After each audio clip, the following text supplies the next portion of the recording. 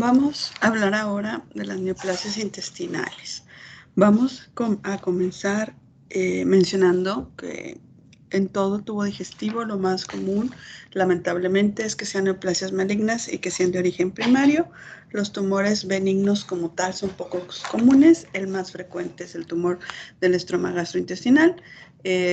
Hablando en intestino como tal, lo podemos localizar a nivel del yeyuno, pero si hablamos de todo tubo digestivo, tiene predilección por estar en el estómago.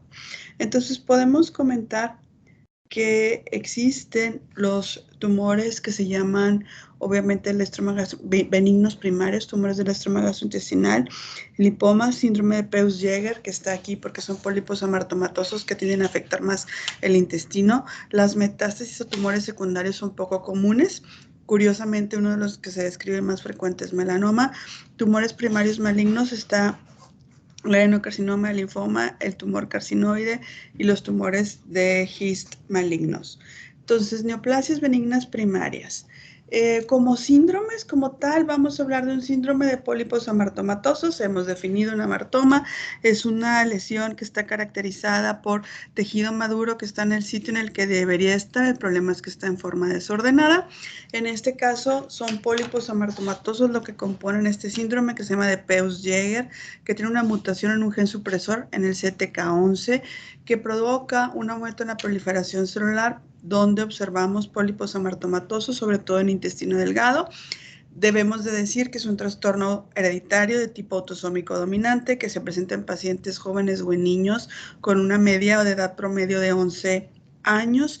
La característica, aparte de los pólipos amartomatosos, vean, son estas máculas hiperpigmentadas que podemos ver en cara, en boca, en manos, en zona perianal, en región genital. De todos los sitios donde pudiera observarse este síndrome con pólipos amartomatosos, se menciona que es más común en yeyuno, pero no olvidar que también pudiera estar presente en estómago y en colon. El gen mutado es el gen CTK11. Es un gen que tiene pólipos que tienden a ser benignos, sin embargo, un 3% puede desarrollar adenocarcinomas, hablando de tubo digestivo, sobre todo cuando se asocian a KRAS y a P53, se habla de cáncer de colon. Sin embargo, es un síndrome donde hay mucho riesgo de cáncer de páncreas, de mama, de pulmón, de ovario, de útero y parte de, inclusive testículo.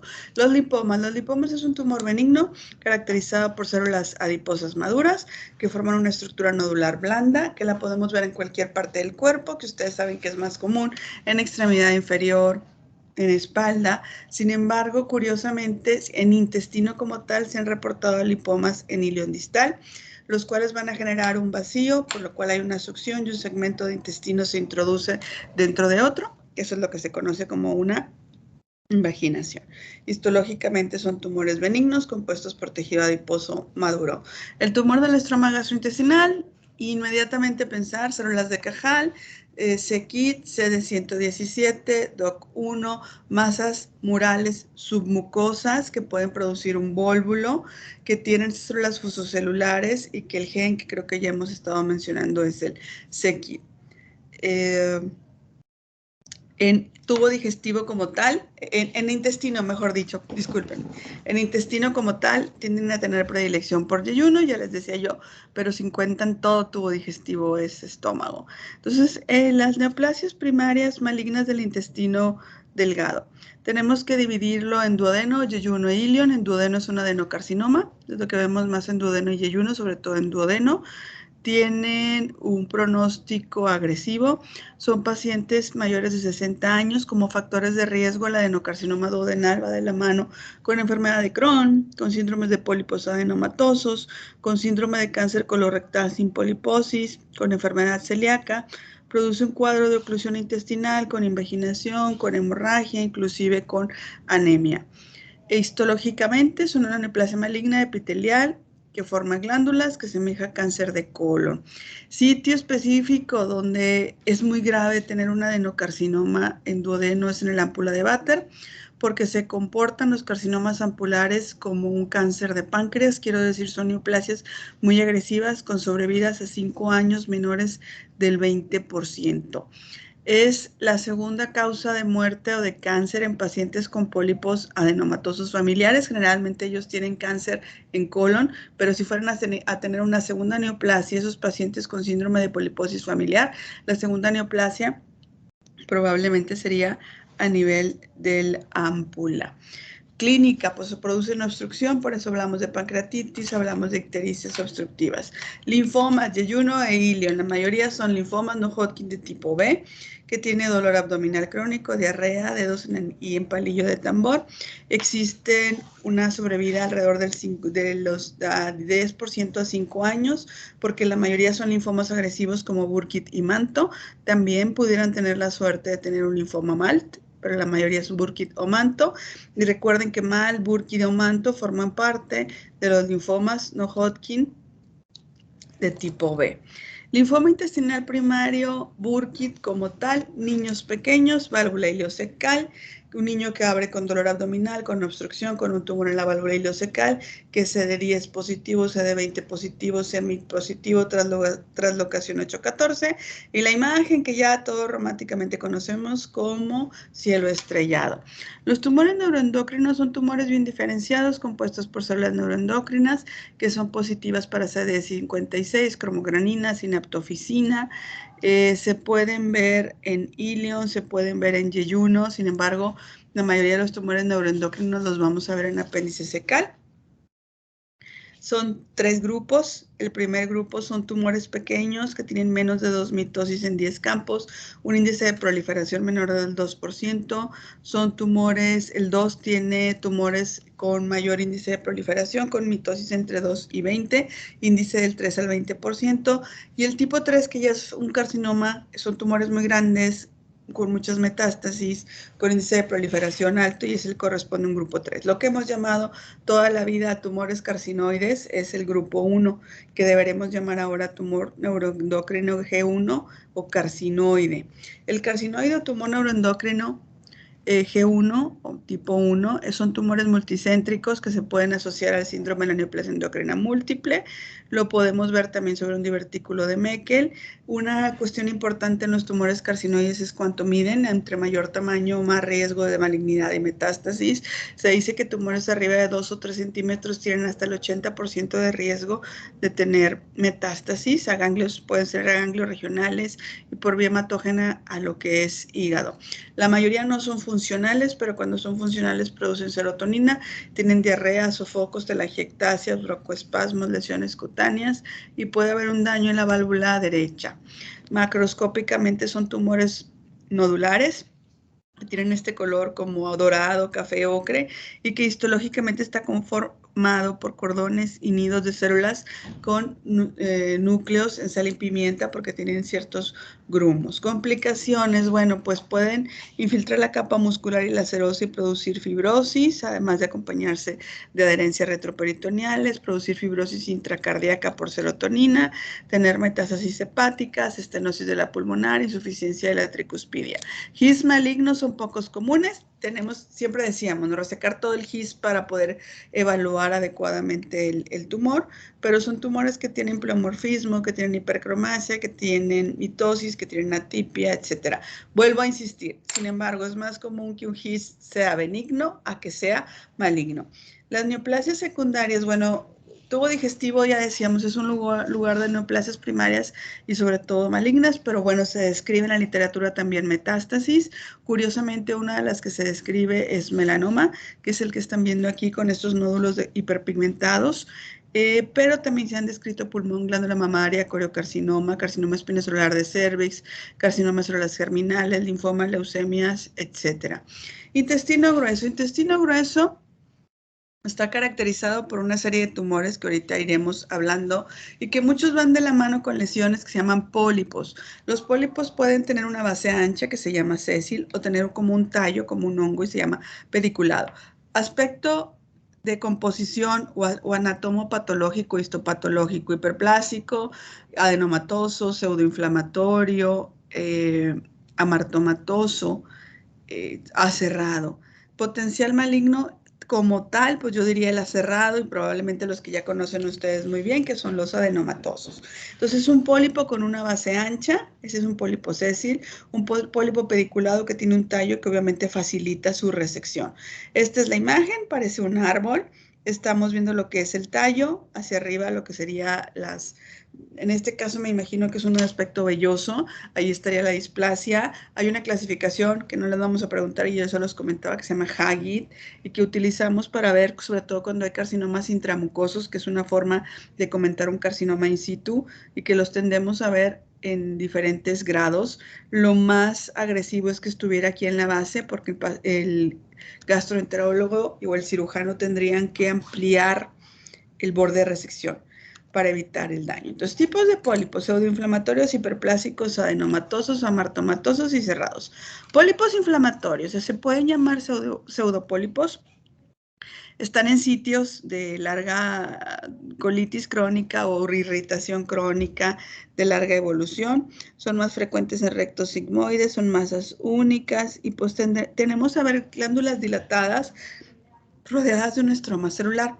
Los pólipos hiperplásicos son proliferaciones frecuentes alrededor de la sexta década de la vida.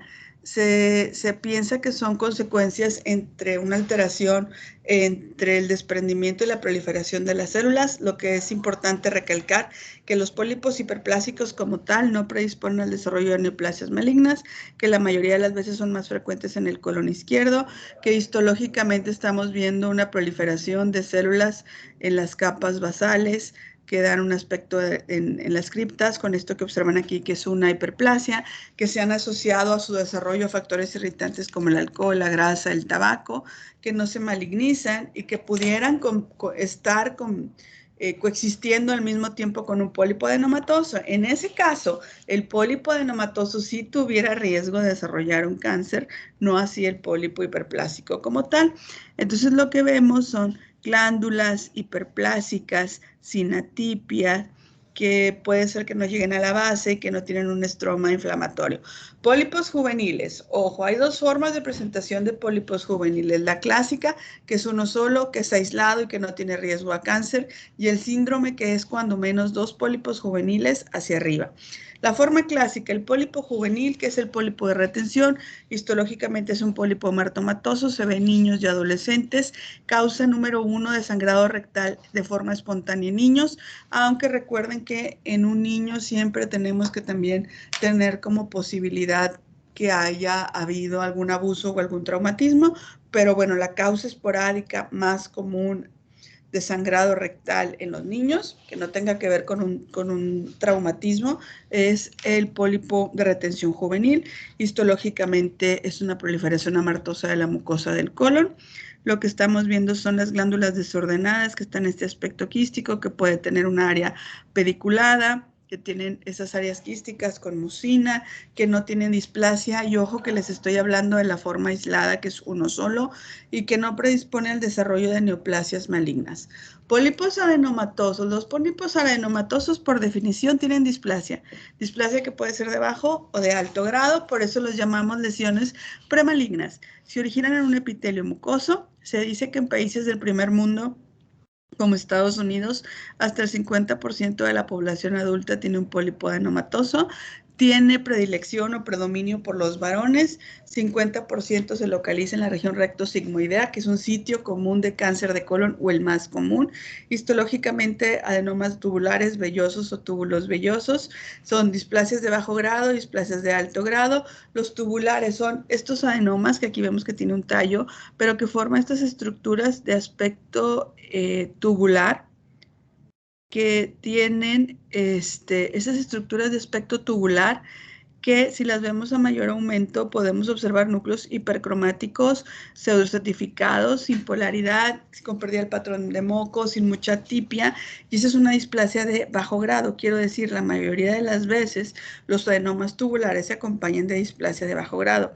Este es un adenoma que se ve más grande, que parece hasta como una coliflor o algo así vegetante, y que histológicamente da esta imagen como vellosidades. Curiosamente, este se acompaña de displasia, sobre todo de alto grado. Entonces, por posibilidad de los dos, el que tiene más riesgo de tener una neoplasia maligna o de predisponer, pues es el velloso porque tiene displasias de alto grado. Los adenomas tubulovellosos tienen los dos, alto y bajo grado. Entonces, ¿de qué depende el riesgo? Del componente que tenga de velloso. Los adenomas van de la mano con una disminución de la apoptosis, con cambios en la replicación celular, con cambios en la maduración. Sabemos que en los sitios que hay pólipos familiares, pues hay muchos pólipos adenomatosos, hay mayor riesgo de cáncer de colon. La edad media es que los pólipos se presentan casi siempre 5 o 10 años antes de que aparezca el cáncer. La mayoría del cáncer se encuentra asociado a un adenoma, sobre todo, vuelvo a insistir, el adenocarcinoma de tipo intestinal. Hablamos de la poliposis familiar y como ahorita iremos mencionando algunos casos, y que cuando se reseca un pólipo, pues la mayoría de las veces se reduce el riesgo a cáncer.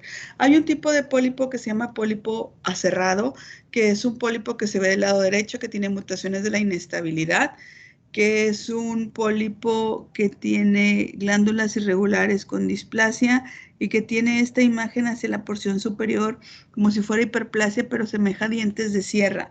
La importancia es que es un pólipo que nos habla de inestabilidad y que probablemente pudiera estar asociado al síndrome de Lynch, y el carcinoma del síndrome de Lynch es un carcinoma que se llama del tipo mucinoso. Los síndromes polipósicos amartomatosos, el familiar juvenil, Peutz-Jeghers y la enfermedad de Cowden. Decíamos, los pólipos familiares juveniles, lo normal es un solo pólipo amartomatoso, recto, con sangrado, se quita y no hay riesgo a cáncer. Si tiene más de 2 pólipos juveniles, cuidado, porque pudiéramos estar ante un pólipo familiar juvenil, que son jóvenes con un trastorno autosómico dominante, son más de 5 pólipos, yo les ayudaría de 2 pólipos hacia arriba, pero se pueden ver en todo tubo digestivo, estómago, intestino delgado, se asocia alteraciones del gen SMAD4, que generalmente nos ayuda a inducir la apoptosis. Histológicamente son pólipos amartomatosos de tipo juvenil que tienen displasia, y que en este caso, en este síndrome que decíamos que eran más de 2 y que tienen displasia, sí hay riesgo para desarrollar un adenocarcinoma de tubo digestivo. El de Peutz-Jeghers, que también hablamos como pólipos amartomatosos con zonas hiperpigmentadas, mucosa, manos, región perianal, que vemos la presencia de las glándulas rodeadas por haces de fibras de músculo liso. Acuérdense, un amartoma es tejido que está en el sitio de que debería estar, el problema es que está en forma desordenada. La enfermedad de Cowden con el PETEN, primera entrada al tipo de pólipo que tienen intestinos, son pólipos amartomatosos, otra vez las glándulas rodeadas de capas musculares. Es una enfermedad autosómica dominante, se ve alrededor de los 20 o 30 años, son pólipos amartomatosos, va de la mano con el cambio en el PETEN. Por definición, tienen amartomas múltiples, tricoepiteliomas, manchas café con leche, carcinoma vasocelular, papilomas de la cavidad oral, pólipos amartomatosos, lipomas, neurofibromas, meningiomas. Vemos pólipos amartomatosos, manchas café con leche, esta lesión caracterizada por esta zona perlada, que es un carcinoma vasocelular, una neoplasia de células basales, tricoepitelioma, fibroma, meningioma o inclusive lipoma. El 50% de los pacientes desarrollan tumores de glándula mamaria, cáncer de tiroides un 10%, cáncer de endometrio. Yo les decía que el cáncer de endometrio comparte el PETEN. Entonces, cáncer de endometrio puede ser por PETEN aislado, por PETEN asociado a un Cowden, y que también con las nuevas reglas genéticas tendremos que descartar inestabilidad, porque cáncer de endometrio también pudiera ser por un Lynch. Pero bueno, asocian a cáncer de endometrio, menos comúnmente se ha asociado a cáncer de colon, inclusive a melanoma. El de Banayan, Rubalcaba, Riley son pacientes con pólipos amartomatosos, lipoma, macrocefalia, hemangiomas, pero creo que lo que llama mucho la atención es una deficiencia mental y un retraso en el desarrollo. Chronic Canadá tiene cerno hereditario, son pacientes por lo común arriba de los 50 años, tienen atrofia y fisuras con hipopigmentación, tienen atrofia a nivel de lo que son las uñas y tienen pólipos de tipo amartomatoso. La poliposis adenomatosa vamos a hablar por APC y por MIH. Recordar los cambios que observamos, la displasia de bajo grado y la displasia de alto grado, la que predispone más frecuentemente un cáncer, pues es la displasia de alto grado. Síndromes de poliposis familiar, ojo, pueden ser todas secundarias al APC cuando estamos hablando de pólipos adenomatosos. La cuestión diferente es si solamente hay pólipos adenomatosos o si tiene manifestaciones extraintestinales. Por ejemplo, poliposis adenomatosa familiar es un síndrome autosómico dominante de penetrancia completa que tiene más de 100 pólipos en un trayecto del tubo digestivo, generalmente en la región del recto sigmoides, pero puede verse en otros sitios. Es el gen APC que provoca cambios en la beta-catenina, que cambia la molécula de adhesión, que favorece la proliferación y que el gen APC es el que inicia el desarrollo del adenoma. La poliposis adenomatosa familiar, vuelvo a insistir, gen APC, múltiples pólipos, por definición más de 100, la mayoría son tubulares, son formas adenomatosas, están presentes alrededor de los 30 años, 35, y es muy probable que el paciente tenga cáncer de colon alrededor de los 40, que los 40 años es un paciente joven para cáncer de colon. Acuérdense que el cáncer de colon lo esperamos por cercano a los 50, y aquí es 40 o menos, que eso es algo que he recalcado. Siempre que algo tenga menos de la edad esperada, empiecen a pensar que puedan estar ante un síndrome. Entonces, pólipos adenomatosos familiares, más de 100 pólipos en un segmento del tubo digestivo, comúnmente recto sigmoides, gen APC y riesgo de desarrollo de adenocarcinoma. Se sabe que si se realiza una colectomía total antes del inicio del cáncer, pudiera ser curativo. No obstante, algunos pacientes también tienen pólipos en intestino, en estómago y que tendrían riesgo de malignidad igual como los que se comportaría en colon. Entonces, pólipos adenomatosos familiares, síndrome de Gardner y de Turcot, todos son por APC. Solamente que el poliposis adenomatosa familiar son los 100 pólipos sin manifestaciones extraintestinales. Cuando mi paciente tiene 100 pólipos, que yo creo que no nos queda duda que aquí hay más de 100 pólipos en este segmento de estómago, pero tiene manifestaciones extraintestinales, que en este caso en el Gardner tiene tumores benignos de hueso, es decir, osteomas en mandíbula, tiene tumores cutáneos, tiene quiste epidermoide, tiene tumor desmoide o fibromatosis desmoide retroperitoneo, dientes supernumerarios, hipertrofia hiperpigmentada congénita de la retina. Entonces, se sale, o sea, es por APC, pero ya no nada más tiene afectación de colon. Vuelvo a decir, tiene los osteomas, tiene la hipertrofia congénita hiperpigmentada, tiene tumor desmoide, tiene fibromas, tiene quiste epidermoides. Bueno, esta combinación de patologías se llama síndrome de Gardner. Sí sigue siendo el gen APC, pero creo que a todos nos queda claro que ya se salió del tubo digestivo. El síndrome de Turcot, otra vez, gen APC, más de 100 pólipos en un segmento del tubo digestivo, pero tiene como característica que tiene tumores en el cerebro, tiene tumores en el sistema nervioso central, y eso compone Turcot. Más de 100 pólipos con tumores en el sistema nervioso central.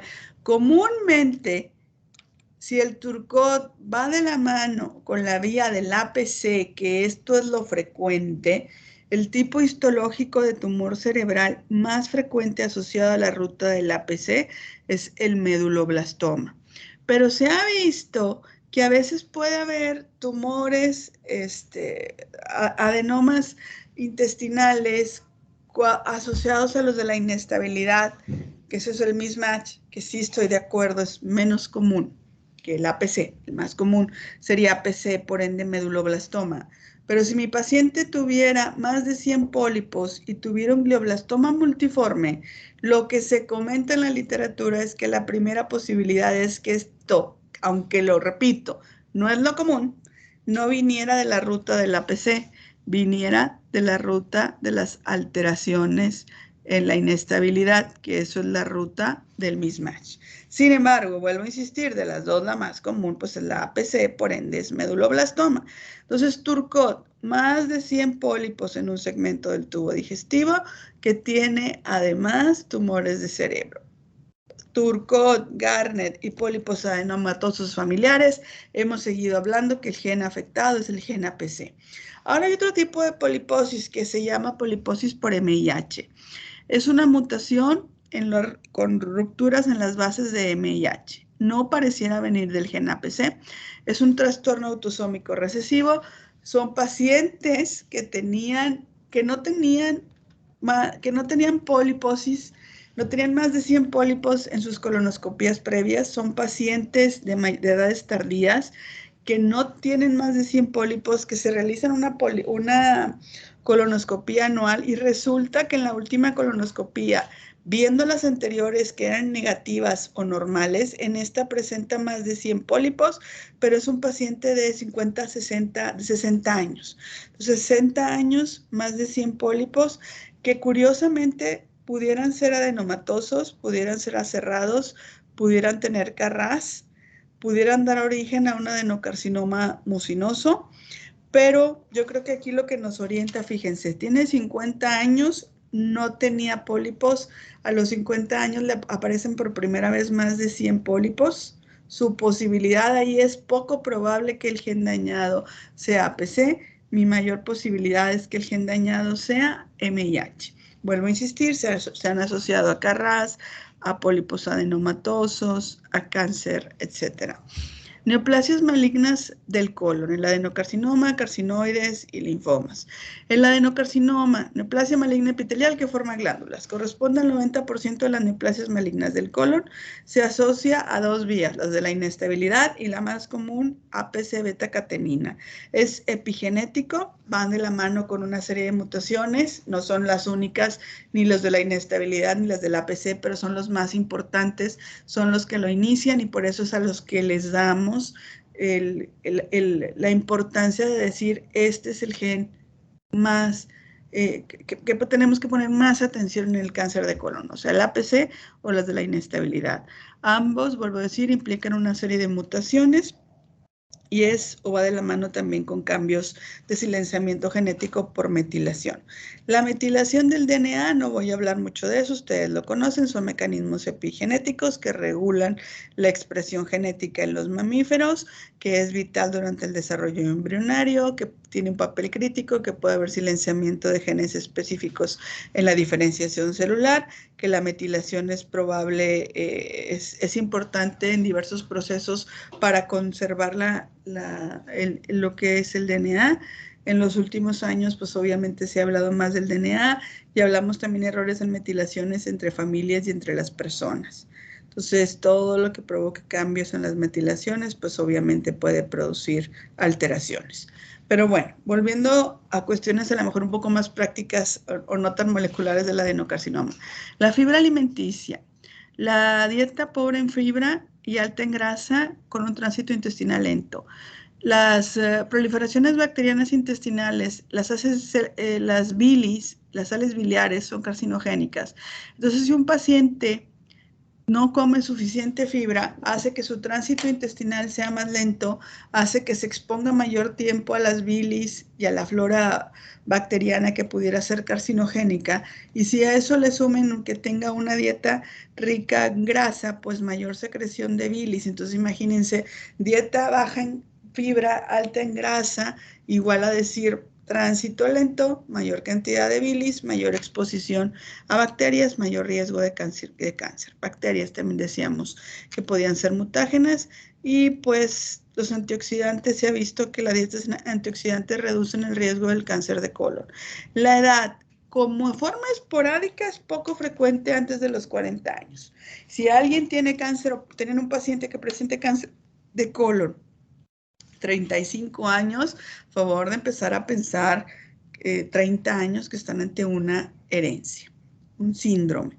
El cáncer colorectal previo se dice que un 5 a 10% de los pacientes con un cáncer de colon presentan posteriormente otra segunda lesión, y de un 2 a un 5% de los pacientes tienen un tumor sincrónico. Se asocia también como factores de riesgo a CUS y Crohn, factores genéticos. Hablamos de un aumento en riesgos en herencia con antecedentes familiares, también algunos tienen que ver con la herencia. Actualmente se sabe que el ácido acetilsalicílico y otros AINES protegen contra el cáncer de colon. El mecanismo es que la ciclooxigenasa 2, COX-2, es una enzima que se expresa en el 90% del cáncer colorectal y los adenomas. Entonces, pues pareciera ser que la ciclooxigenasa regula la producción de prostaglandina E2, ¿no? Limitando un poco ahí el desarrollo. Primera división del cáncer, el adenocarcinoma intestinal, ¿es esporádico o es hereditario? Y el hereditario, asociado a pólipos, que ya conocen, poliposis familiar, síndrome de Garner, síndrome de Turcot, o no asociado a pólipos, que esto es lo que conocemos como síndrome de Lynch. La forma esporádica más común asociada a la betacatenina, MLIH-MISH, y menos común, hipermetilación. Cáncer de colon esporádico, esto es el más común, la vía más común es APC. Pacientes, la vía del APC es la forma más frecuente de cáncer de colon, 70-80%. Son pacientes que tienen 50 años o más, no tienen un periodo de transmisión.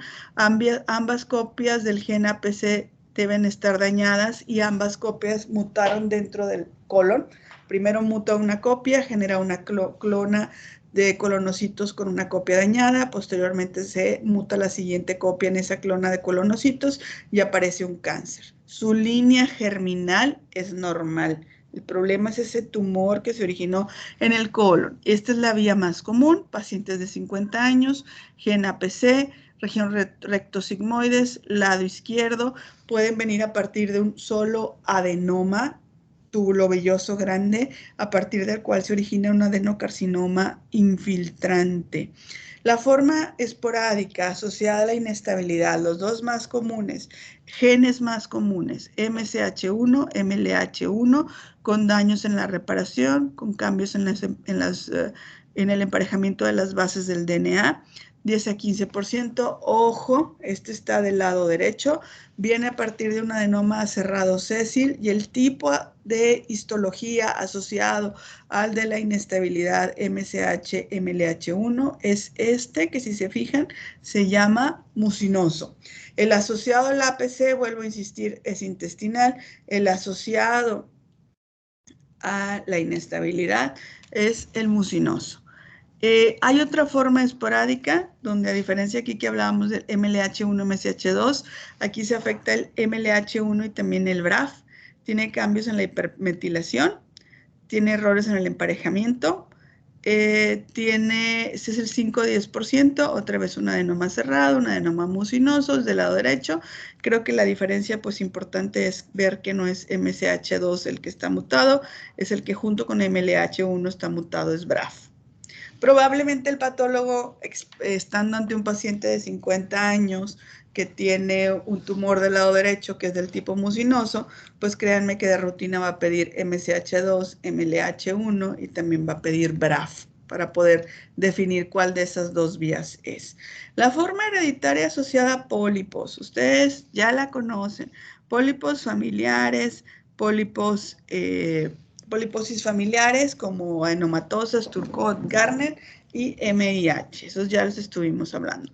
Pólipos familiares, Turcot y Garner vienen a partir de un daño en el gen APC con cambios en la beta-catenina que forman lo que es un adenoma, que posteriormente se le suma la mutación de KRAS, de SMA de 4, de 2, finalmente P53 y aparece un adenocarcinoma. Le damos la importancia al gen APC porque es el que tiene que dañarse para que aparezca un adenoma, y es a partir del adenoma que se desarrolla posteriormente una neoplasia.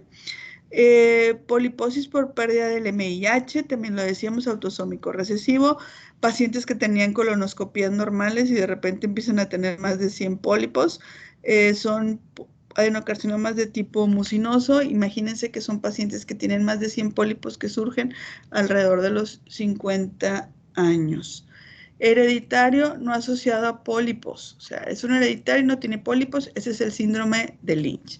El adenocarcinoma no asociado a pólipos es el síndrome de Lynch, es el de la inestabilidad, es el que hemos hablado que se asocia sobre todo a errores en MLH1, MCH2, pero también puede ser MCH6, PMS2. Es cambios con alteraciones en el emparejamiento de las bases, que entre más alteraciones haya o de cambios de emparejamiento, de forma de que están emparejadas las bases, errores, eso se llama inestabilidad, y tener inestabilidad obviamente les disminuye el pronóstico. Este síndrome donde participan los de la reparación, donde participa MLH1, MCH2, MCH6 y PMC2, los más comunes MLH1 y MCH2, se llama síndrome de Lynch. Entonces, lo que nosotros buscamos es la ausencia de la actividad. Acuérdense que están inhibidos. Entonces, quiere decir que cuando yo haga la inmuno, no lo voy a ver expresado. En este caso, él debería estar vigilante y debería estar expresado en el núcleo. Al momento que vean este inmuno, yo puedo decirles que no está expresando MLH1. Quiere decir que tiene un daño en el MLH1 y eso iría a favor de un síndrome de Lynch. El síndrome de Lynch es autosómico dominante, el lado aquí no es izquierdo, es el lado derecho. El adenoma, ya les había dicho, es un adenoma cerrado sésil, y por histología. El tumor histológico asociado al síndrome de Lynch se llama adenocarcinoma mucinoso. En este caso estamos viendo un pólipo aserrado y fíjense cómo a partir de aquí se origina este carcinoma que pareciera tener moco, por eso se llama mucinoso. Son cáncer colorectal no hereditario, también cáncer de endometrio, cáncer de ovario, cáncer metacrónicos, adenocarcinoma de estómago, de intestino delgado, de vías hepatobiliares, de pelvis, carcinomas de células en el anillo de sello, medulares, linfocíticos, tumorales.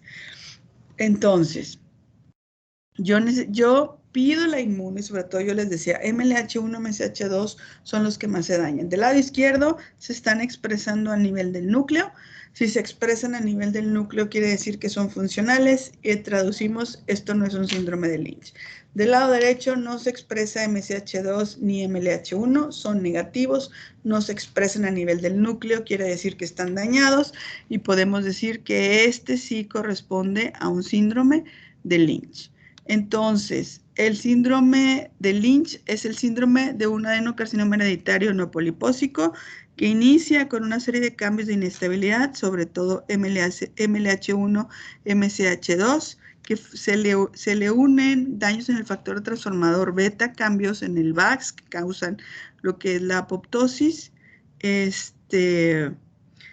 genera un carcinoma, y vuelvo a insistir, el tipo de carcinoma que genera es un carcinoma de tipo mucinoso.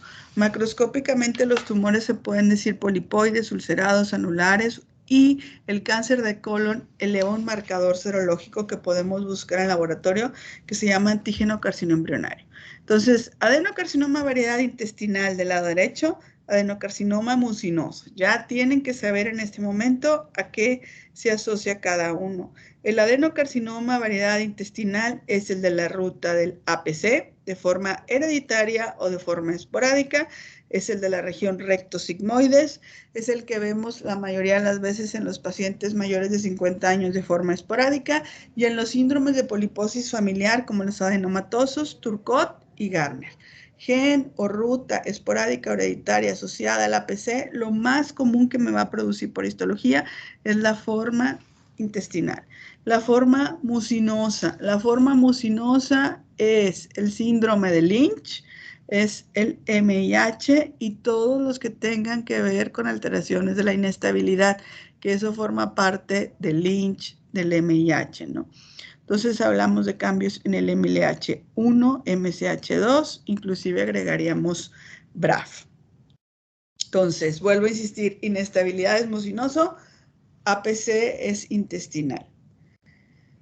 Adenocarcinoma mucinoso, vuelvo a insistir, cambios aquí, cambios en la inestabilidad, y es el que se asocia al Lynch. Ahora, pólipos adenomatosos o pólipos cerrados. Los pólipos adenomatosos, síndromes de poliposis familiar, APC, adenocarcinoma intestinal, región rectosigmoides. Pólipo cerrado o cerrado es el MIH, es el síndrome de Lynch, son los de la inestabilidad y son los que tengan que ver con MLH1, MCH2, inclusive con BRAF. El cáncer del lado izquierdo por clínica tiende a tener un crecimiento circunferencial, tiene menor luz, hace una forma obstructiva como algo que llamamos en aro de servilleta y lo que produce que las heces se hagan largas y de tipo acintado.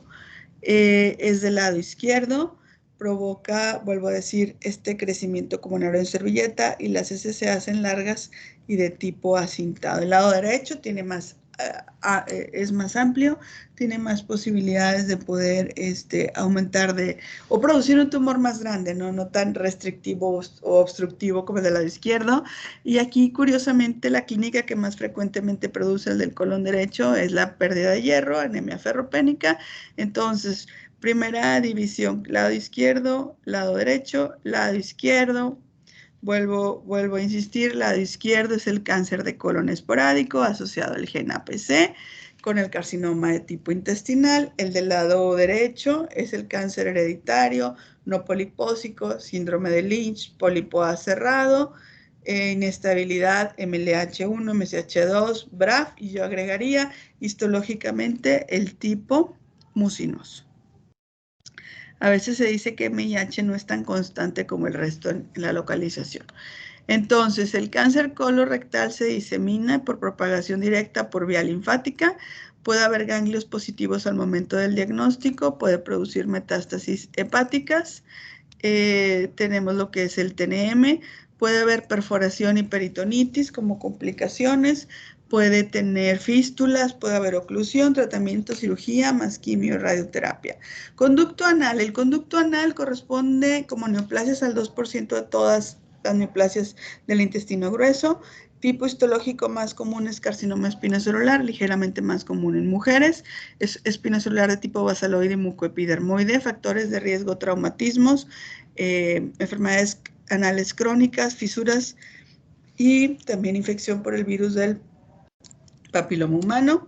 Cuadro clínico, hemorragia, dolor, malestar general, tratamiento quimio y radioterapia y una sobrevida del 50% a 5 años. El apéndice secal, el tumor más común del apéndice secal, que es un hallazgo, es el tumor neuroendocrino tipo 1 o tumor carcinoide, es el que más vamos a ver. Se ve de este color que creo que ya se los había descrito yo, de color amarillo. La mayoría de las veces es un hallazgo, se ve a nivel de la punta, se comporta como una obstrucción y me produce un cuadro de abdomen agudo, por eso se reseca. Y así lo sabemos los patólogos que cuando seccionamos, tanto así lo sabemos los patólogos que cuando seccionamos un apéndice cortamos la punta, como ven aquí en su eje mayor, y lo demás ponemos muestreo en donas.